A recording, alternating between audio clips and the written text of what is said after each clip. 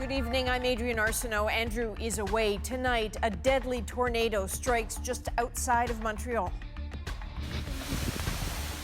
A father dead, dozens out of their homes. Red Cross on the way. We are on the ground with the very latest. Also tonight, the promise of slightly easier travel for Canadians with 2 shots. But the caution in the new rules leaves some feeling cold. I do not understand what the difference is between a fully vaccinated Canadian and a fully vaccinated American. Marking a meaningful National Indigenous Peoples Day.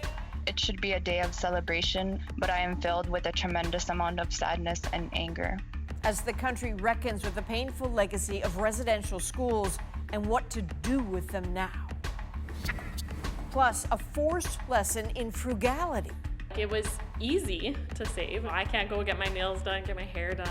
Can Canadians who managed to pad out their savings account during the pandemic keep it that way? This is The National.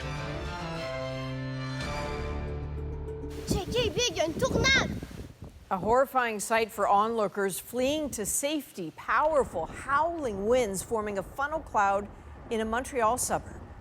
We begin with breaking news tonight. A man is dead and dozens are out of their homes after a tornado touched down in Quebec. The damage tells the story, showing the intensity of a storm that ripped through this neighborhood this afternoon.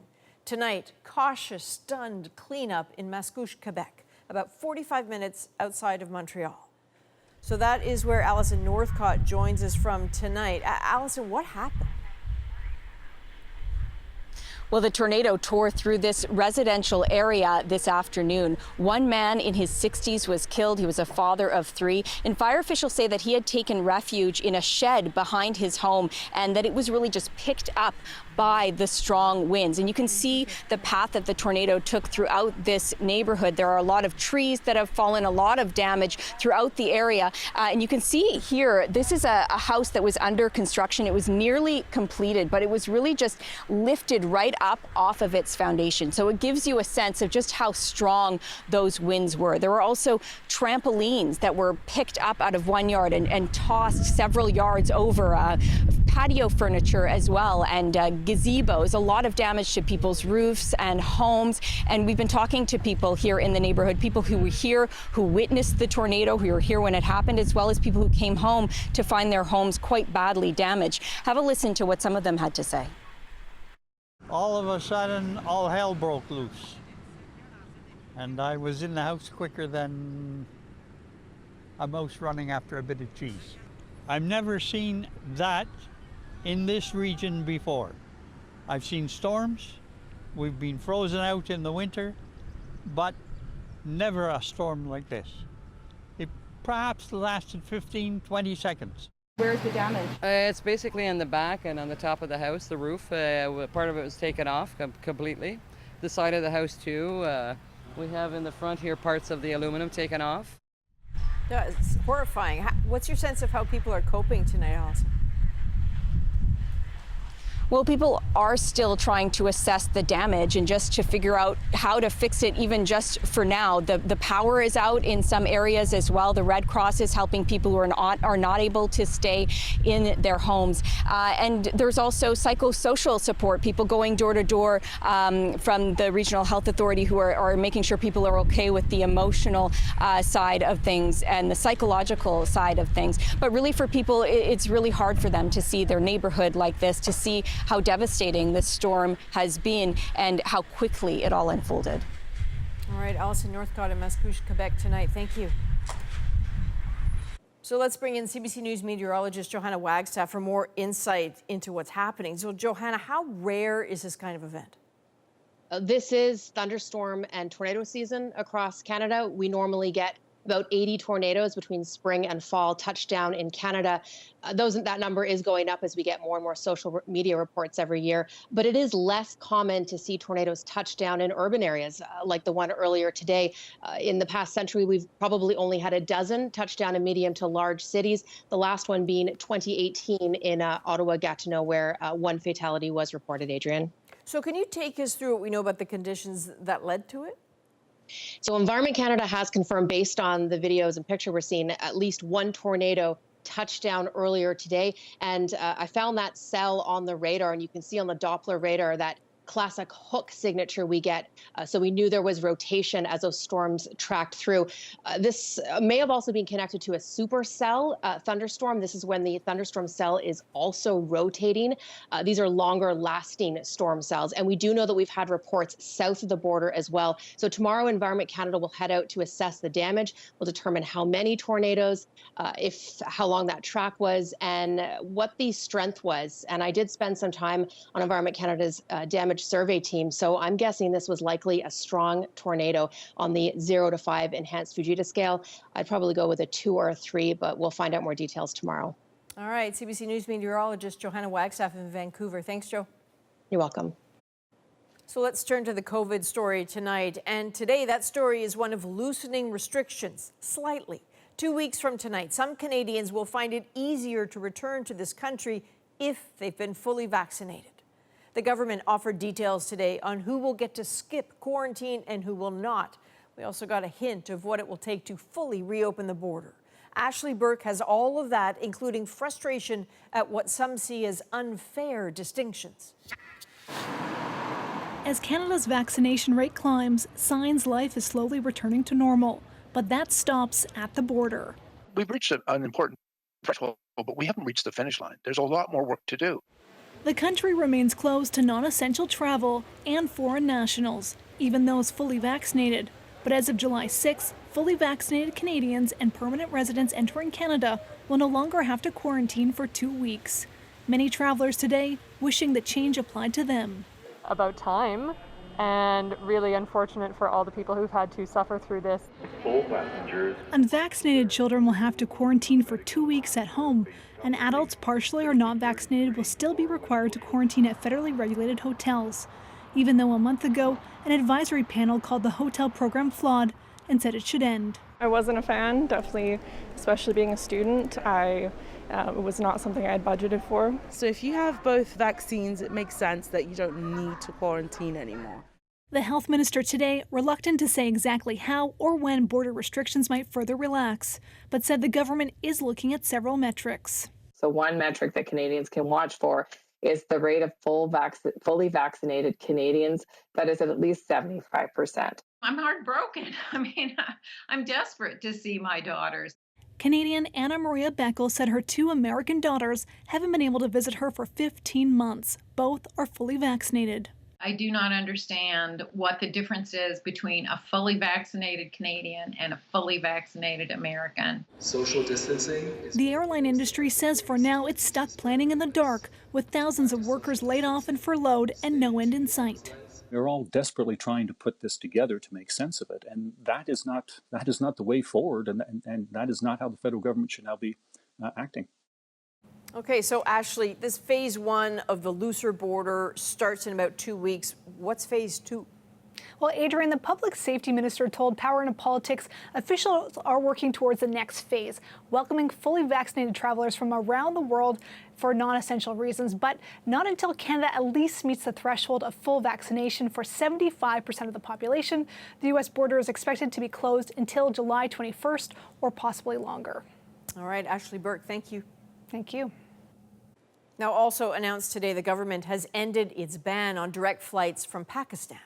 Air travelers from Pakistan will be required to obtain a COVID-19 molecular test in Pakistan to board a flight to Canada. Direct flights from India, where the Delta variant drove a deadly wave of cases, are still not allowed. That ban was extended for another 30 days. Those who take an indirect route from India must pass a COVID-19 test before boarding their final flight to Canada.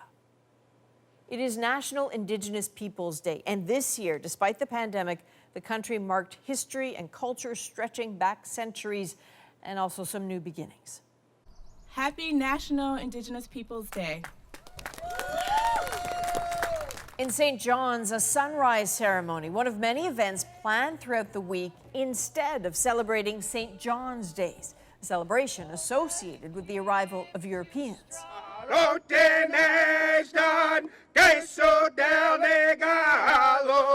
In Halifax, a park in Cornwallis Square, named for the British founder of the city, now carries a different name. peace and friendship, because that's what we should all recognize. We're all treaty people. In several cities, that spirit of celebration, but also sharp currents of pain. In Winnipeg, the launch of a new season of searching rivers for the bodies of missing persons. This is giving families hope. There's so many families in Manitoba that have missing loved ones. And today in Parliament, the Honourable Member for Nunavut. A refusal to settle for self-congratulations. There is nothing to be proud of for Indigenous peoples in this institution. Mumila Kakak calling out the continuing neglect of Inuit people. Another reminder that reconciliation is rooted in now, not just in the past. Canada's residential school and day school policy may have ended years ago, but Katie Nicholson shows us for some communities it exists still in the roof above their heads and the floors beneath their feet. This is the older part. This was living quarters. Generations of children were subjected to nightmarish abuse in this Indian day school. This was the basement where the kids used to be. Some of them were locked up for being kids. When you turn off the lights, you can imagine what that was like for being a little kid. It's one of 3 existing day school buildings in the community. Having buildings like this is just a constant reminder of what actually happened. And while Chief Byron Lewis would love to knock them down, he can't. He's been forced to repurpose them for classroom space and band business. We don't have any other space. It's the only thing we have, so we have to make use of what we have. And it's not just day schools. There are lingering questions about what to do with residential schools. Children from the Birdtail Sioux First Nation were traumatized here at the Birtle Residential School in western Manitoba. I tried to walk across the dining room to see my sister, and I got beaten up all the way back to my seat. For those who suffered abuse in these walls, there is one answer. But I want it demolished. I want it taken right to the ground. But the building was bought by a private owner. He tells CBC he's willing to sell, but who will pay? Everything's on the table. Earlier this month, the feds pledged $27 million to help locate children who may have died in residential schools. The minister says there's money to deal with buildings, too. There would be a budget for whatever is required, and we work with the community to be able to get done what they need to get done. Well, I think that's something we used to hear that, or, I'm from the Department of Indian Affairs and I'm here to help you. For now, the buildings and their dark, dank cellars stand. A reminder reconciliation still has a way to go. So, Katie, you're in Okanagan First Nation. With communities across the country marking this day, walk us through the scene there. Well, normally they would have a big community feast, but of course we're in the age of COVID here. So actually what they've done is they've pivoted. They've created a drive-through feast. So essentially 500 people from the community coming through this evening, picking up pre-made salmon feasts. So there is some celebration today, but there's also anger. People would like to see those day school buildings knocked down, replaced with new infrastructure, places where reconciliation and healing can actively happen. Adrian? All right, Katie, thank you. A little later, we will speak with the man who led the Truth and Reconciliation Commission. Murray Sinclair gives us his insight on what is still standing in the way. As Canada has this moment of reckoning over residential schools, anger directed towards the Catholic Church has been growing. And now police are investigating 2 church fires on Indigenous lands in BC. Overnight, Sacred Heart Church on Penticton Indian Band lands went up in flames. And at about the same time, St. Gregory's Church on Osoyoos Indian Band lands also caught fire. Both churches completely destroyed. And as Renee Filipponi explains, for communities already wounded, the fires are a fresh pain. Well, just make sure nothing lights on fire. In the early hours of the morning, members of the Penticton Indian Band spotted flames as a Catholic church burned to the ground. A historic building in ashes, a shocking discovery, but for some, the end of a painful sight. For me, it was almost like a relief that our children aren't going to be hurt anymore. The fire is considered suspicious and under investigation by the RCMP. Tonight, the Penticton Indian Band wrote in a statement, "We cannot speculate that the person responsible had any connection to the Indigenous communities in our region. All we can do is be there for one another in this unbelievably hard time. If it was deliberate, our leadership, our council here, certainly did not condone that. The church was used by Catholic members of the community, and officials say there is a sense of sadness today, but would not comment on motive. It's a place of faith, a place where they came together to worship as people of faith. It's one of 2 churches in the Okanagan area that burned overnight.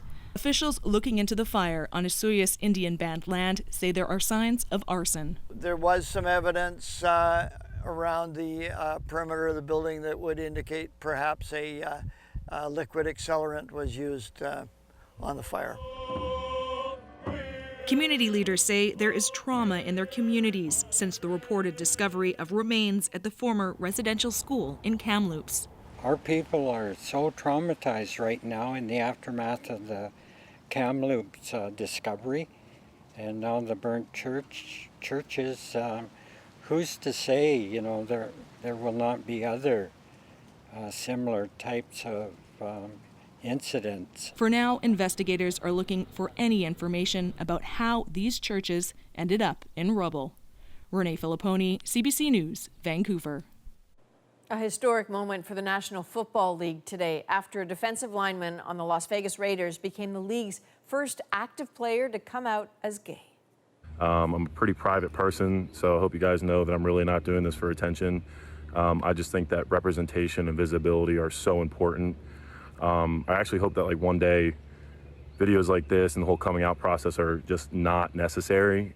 In his announcement, Carl Nassib also committed to donating $100,000 U.S. to a suicide prevention program for LGBTQ youth. No openly gay player has ever appeared in an NFL regular season game. Another athlete making history, New Zealand's Laurel Hubbard. She was selected to represent her country at the Summer Olympics today. She will become the first transgender athlete to compete in the Games. But as Jamie Strachan shows us, her inclusion gives her another burden to carry. When Laurel Hubbard competes at the Olympic Games this summer in Tokyo, she will be at age 43 one of the oldest athletes at the Games, breaking ground at one of the world's largest sporting events. Laurel is eligible, has been selected and is now a member of the New Zealand team.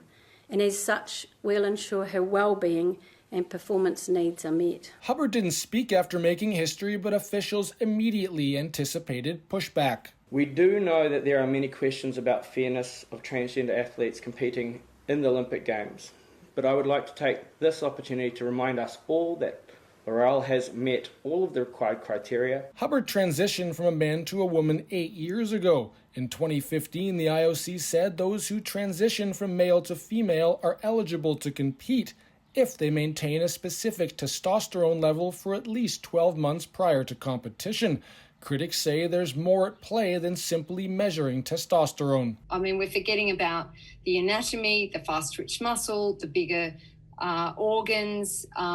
They have faster recovery, they have stronger bones, they don't have a tilted pelvis, so they're less likely to get knee and ankle injuries. The list goes on and on and on as to their biological advantages. But for longtime trans advocates, Hubbard's inclusion is a milestone to celebrate. There's an entire generation of us looking for you to do well, to represent well, and to play in the sport of your choice. You know, no one gets up in the morning and becomes an Olympic athlete. There's hours and years of training. As for Hubbard, she's focusing on her Olympic moment. In a message to New Zealanders, she says there is a strength in kinship, in community, and in working towards a common purpose. Jamie Strachan, CBC News, Toronto. Canada's top-ranked male tennis player says he won't be going to Tokyo. Our second seed from Canada, Denis Shapovalov. Denis Shapovalov made the announcement after a semifinal showing over the weekend in London. The 22-year-old says his decision was the best move for his team's safety and was due to, quote, the current situation. A crucial and controversial vote today in Ethiopia. We need some change in our country. Next on The National, the high stakes of an election in the midst of a humanitarian crisis. Plus, in the air and on the ground, surveying the damage of a massive landslide in BC. The equivalent of about 2 million dump truck loads releasing at once. Why the danger is far from over. And after more than a year of pandemic prudence, turns out a lot of Canadians saved a lot more money than usual. It was easy to save. It was very forced. So is it time to spend big or keep saving? We're back in 2.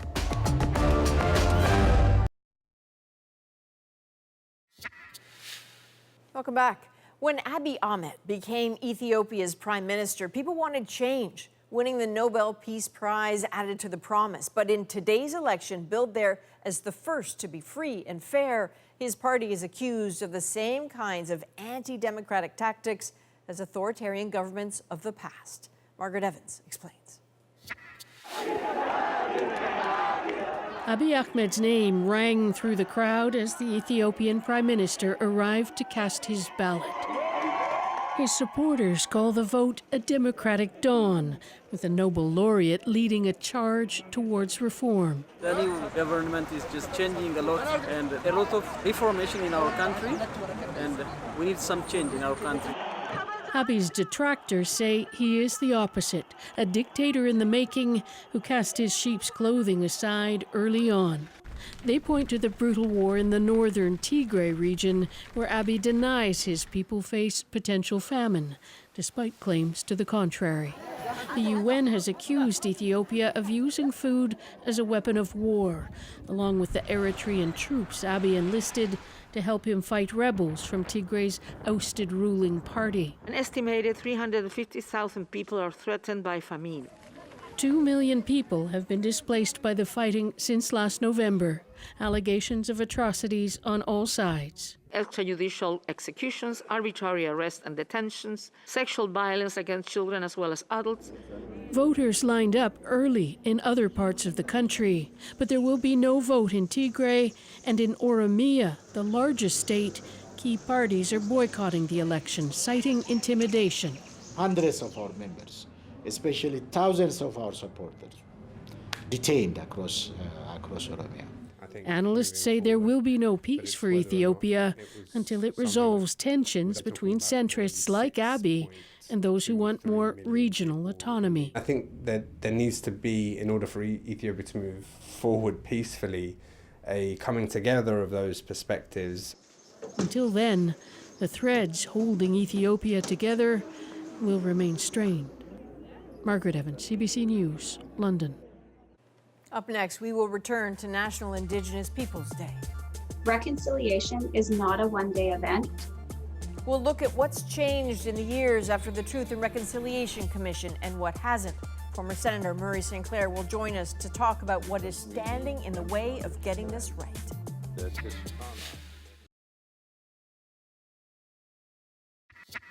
Hide and seek was the final game we played, buried in the land, unspoken of until today. This is Cassidy Gallant of PEI, her great-grandmother, a residential school survivor. After hearing about the discovery of the remains on the site of the former residential school in Kamloops, BC, she wrote Hide and Seek. Hiding from the ones who would take us away, crying when they finally found us. And on this National Indigenous Peoples Day and beyond, she hopes it helps others heal. They did it. They finally found us. That reported discovery in Kamloops underscoring the atrocity that the Truth and Reconciliation Commission sought to redress. In 2015, it issued 94 recommendations calling on Canada to take action. We will talk with the chair of that commission, Murray Sinclair, in a moment. But first, we spoke with Indigenous experts in justice, healthcare, and education to take stock of what's actually been accomplished in the past 6 years. In my view, the justice system's been incredibly destructive.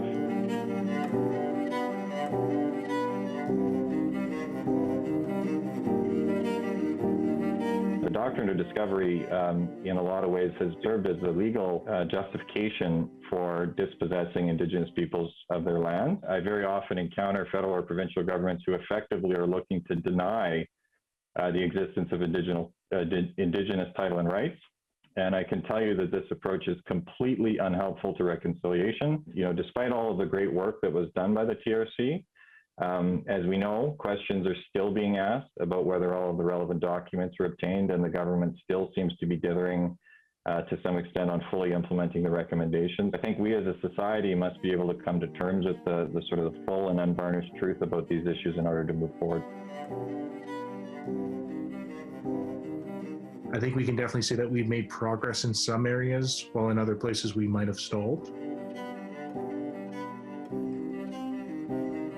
Not creating health infrastructure near Indigenous communities, having people come into environments of care where they don't feel trusted. These are all healthcare rights that we don't think about. When I first came in as a leader almost a decade ago, I sometimes felt like I was off to the side, just commenting on Indigenous health. But the effect and impact of the TRC is that I found that there's been a transition where, you're just a voice with a special, lived experience, but that lived experience, it lateralizes across a lot of different areas. The disempowerment that Indigenous communities experience, it's a magnification of all the things that we're not necessarily doing right in health. National Indigenous Day is a great opportunity for us to reflect on the role of Indigenous peoples in the founding of this country. On the 22nd, that's where we see whether or not any of these conversations had any impact.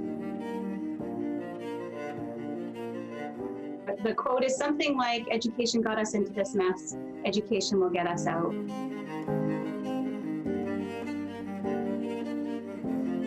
In BC, we are really lucky to work under a curriculum that mandates K-12 integration of Indigenous worldviews. Specifically with residential schools, I believe it comes up in the curriculum in grade 5, 9, and 10 social studies. Aboriginal education is everyone's responsibility, and although we're on that path and we're making progress, we still do have a long way to go. I think on June 22nd, collectively, as a country, as a province, as a parent, as a sister, we keep taking these steps forward. Reconciliation is not a one-day event. Celebrating Indigenous peoples in Canada is not a one-day event. It is a journey moving forward. Joining us now, former Senator and Chair of the Truth and Reconciliation Commission, Murray Sinclair. Your Honor, thank you for joining us. And I'm curious, when you hear those voices talk about the progress or not of reconciliation, what do you think needs to be added to that conversation? What point do you want people in this country to really digest today?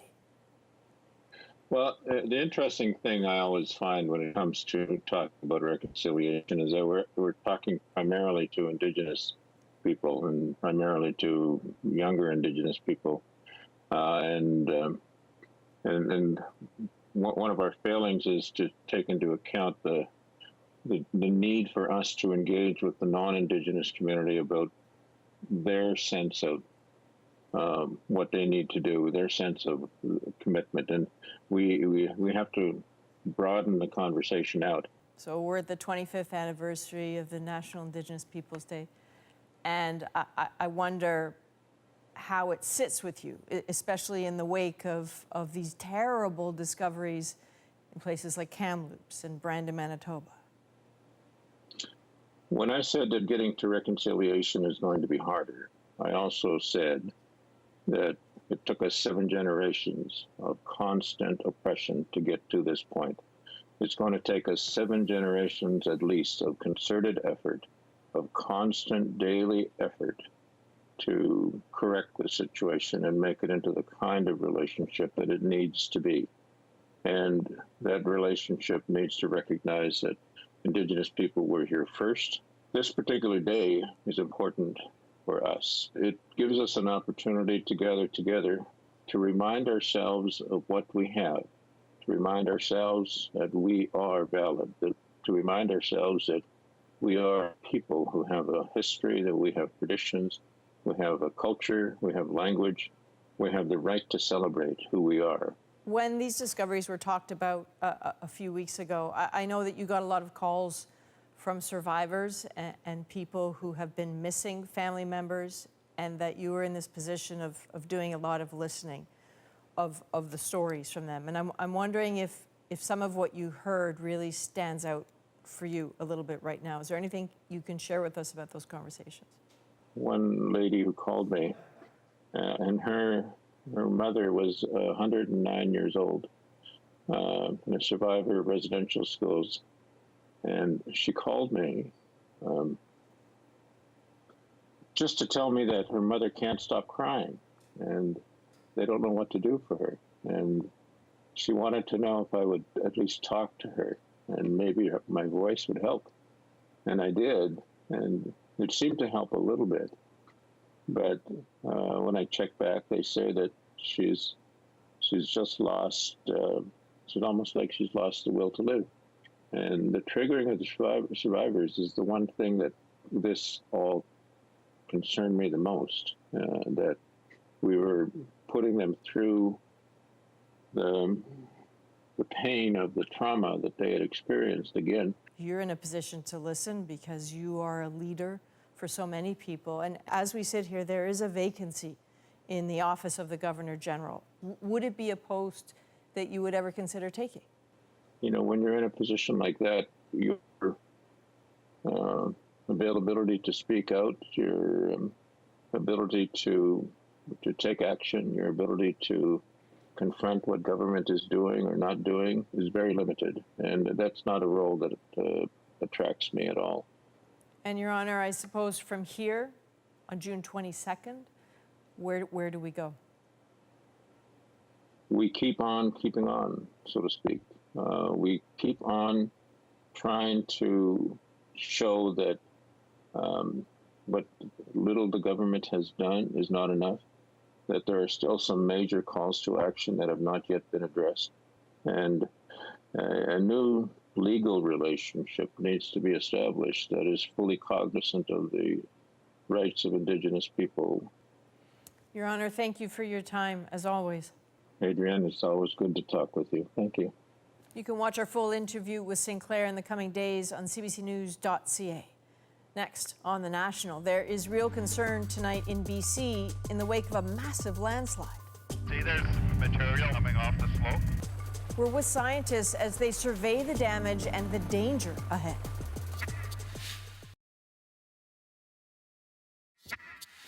All hell broke loose.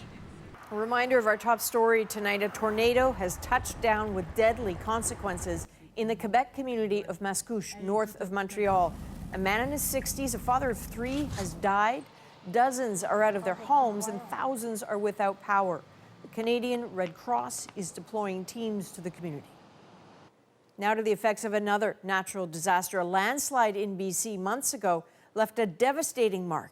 It happened near Bute Inlet, 200 kilometers northwest of Vancouver. The slide carved a path through the landscape with the force of an earthquake, destroying trees and habitats. Scientists and a First Nation are studying the effect, and Briar Stewart joined them. It all happened very quickly. It's an up-close look at what's left behind. Pretty devoid of vegetation. After part of a BC mountain came crashing down into the lake and valley below. You look up on those trees, you can see scars. Scientists are still trying to piece together why, but they have a very good idea of how it unfolded. Back in November, when the rock gave way, the force was the equivalent of a 4.9 magnitude earthquake. The landslide took about 30 seconds to reach the lake. Landslide expert Martin Gertsema says more than 18 million cubic meters barreled down the slope, which is the equivalent of about 2 million dump truck loads releasing at once. And if you convert it to tonnage, it's about the equivalent of all the cars in Canada coming down the hill at once. That's quite the image. Hitting the bottom of the valley in 30 seconds and then causing this enormous tsunami and outburst flood. They believe the wave was more than 100 meters high. It ripped up trees and stripped the landscape as it tore through Elliott Creek. This map shows what happened as all the debris and sediment was pushed toward the Southgate River. See, there's material coming off the slope. We were along as scientists took a closer look. Brian Menounis is with the University of Northern British Columbia. Keep your eyes up there. The mountainside is still unstable, and they believe the melting glacier here likely contributed to the slide. We have lots of glaciers that are retreating rapidly due to climate change. And in doing so, they set up these situations where we have these steep slopes which can unfortunately suddenly fail. In this case, the slide was in a remote area off the coast of BC. Fortunately, no one was around, but the landscape has been severely impacted. Do you need more water? Yeah. A team from the Hawkeye Institute had been doing water sampling in this area and ramped up testing after the landslide. 760.8. What they found was that particularly over the winter, there was a big spike in turbidity in the river. When fish are exposed to very turbid water for a long period of time, it can be harmful, even fatal. As for Elliott Creek, the landslide moved it 800 meters. In the months since, it's moved twice more. Pretty big spikes in turbidity. Ian Giesbrecht is an ecosystem scientist who's been studying the impact on the water and the creek. And each time it moves, that's changing the habitat that's available in there for fish, and it's sending a pulse of sediment out into the river. So the whole system up there, it's about 400 hectares, or an area about the size of Stanley Park in Vancouver, that's exposed sediment that's just waiting for gravity and water to move it downstream. This area is part of the traditional territory of the Hamalko First Nation. It's good to see you all here. They too are trying to assess the slide's impact. The work that's going to be done here is caring for the salmon and the lands and keep us all safe. It's not just about looking at the creek and the river, but also where the watershed drains into the ocean. We took a 2-hour boat trip up Bute Inlet with members of the First Nation. And we're going into the traditional territory of the Hamalko people. It's an area rich with natural beauty and wildlife. There's Mama. See the tail? But the salmon population here has been in decline, which is why Eric Blaney is particularly concerned about the landslide. He's coordinating the response for the Hamalko First Nation. It was reported to be 90 to 100% of the salmon habitat has been lost from Elliott Creek all the way down to the estuary. So that habitat is really crucial for those early run chum and for those coho who are wintering there. That's a crisis for us. That's an emergency. Hamalko already runs a salmon hatchery, and when we visited, they were releasing thousands of juvenile fish into the inlet. The First Nation not only relies on the fish for food, but the salmon run attracts grizzly bears, which in turn attracts tourists for Hamalko's wildlife tours. Coho and I believe Chinook. Hamalko Chief Darren Blaney says the First Nation wants to monitor to see how many fish are returning to the landslide area. He says with so much debris being dislodged at the base of the creek, the habitat could be impacted for years. I think we're going to have to go in there and help them out to make sure that they have a place to rear. But creating new channels for the fish would be an expensive proposition, and a challenging one considering the landscape is still unstable. One of the goals here is to better understand how the environment responds to events like this, along with a clearer picture of just how such a destructive slide was triggered in the first place. Briar Stewart, CBC News, near Bute Inlet, BC. Canadians lucky enough to keep working through the pandemic have been socking away cash in record amounts. I can't go get my nails done, get my hair done, going to the pubs a lot less. Up next, how businesses are counting on them to start spending big.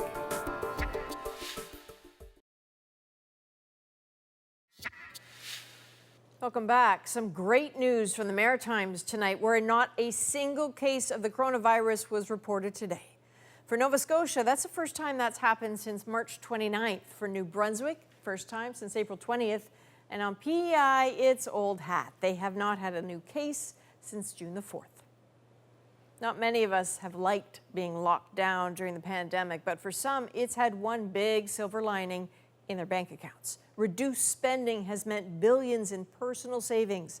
And as Kyle Bax explains, Canadians are ready to spend. have a dishwasher and our stove and a range hood there. Karen Jacobs is renovating her new home from top to bottom. She and her husband became first-time homebuyers after saving a bundle during the pandemic. It was easy to save. It was very forced, right? Like, you know, I can't go get my nails done, get my hair done, going to the pubs a lot less. Canadians socked away more than $200 billion last year.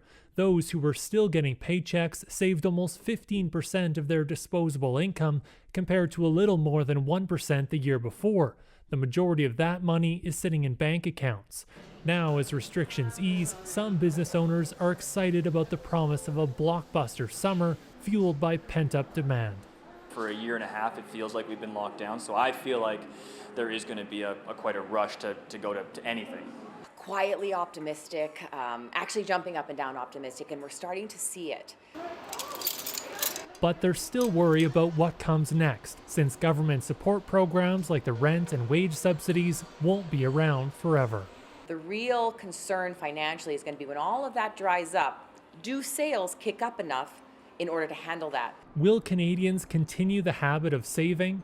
This economist doubts it, since most of the money accrued is accessible with the swipe of a bank card.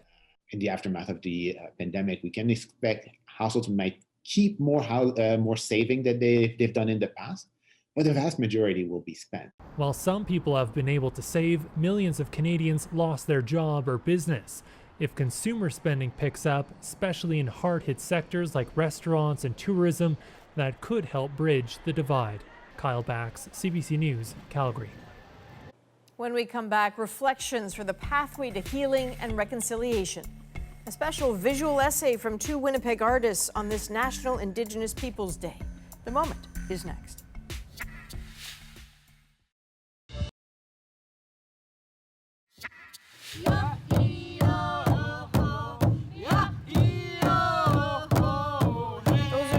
And staff from a school in BC singing the Women's Warrior Song as a celebration of National Indigenous Peoples Day. Well, tonight, we want to turn our moment over to 2 Winnipeg-based artists, Cree writer David A. Robertson and Anishinaabe Métis filmmaker Jordan Malero, with reflections on the path towards healing and reconciliation. We finally know the truth, what Canada was and what Canada is. A country built on the backs of Indigenous people. We helped settlers when they came to a land that we had lived on for thousands of years. And for our help, among many atrocities, our children were taken. My grandmother, Sarah Robertson, attended Norway House Indian Residential School and passed away, having never told her story, just of a sister who had died at school long before my grandmother had given up searching for her. This is our Canada. If you're Indigenous, it's taken far more than it has given. It's buried secrets with silence and denial and manufactured history. My high school was a few blocks away from Assiniboia Residential School, a building that is still standing today. And how could we not have known that? How could we not have been told? Residential school history is not Indigenous history. It's not Canadian history. It's not history at all when we are still healing, even as new wounds have been opened. This is Canada now. Reconciliation is a shared responsibility, and you need to figure out what your role is. Educate yourself with stories told by Indigenous people. Share what you've learned, and use that knowledge to take action that will create lasting, meaningful change. We are not living in the same country today as we were yesterday, but do you really want to go back to where we were? We know what this country was. We know what this country is. But what do you want this country to be? What kind of future do you want to have? And how are we going to get there together? That is the National for June 21st. Good night.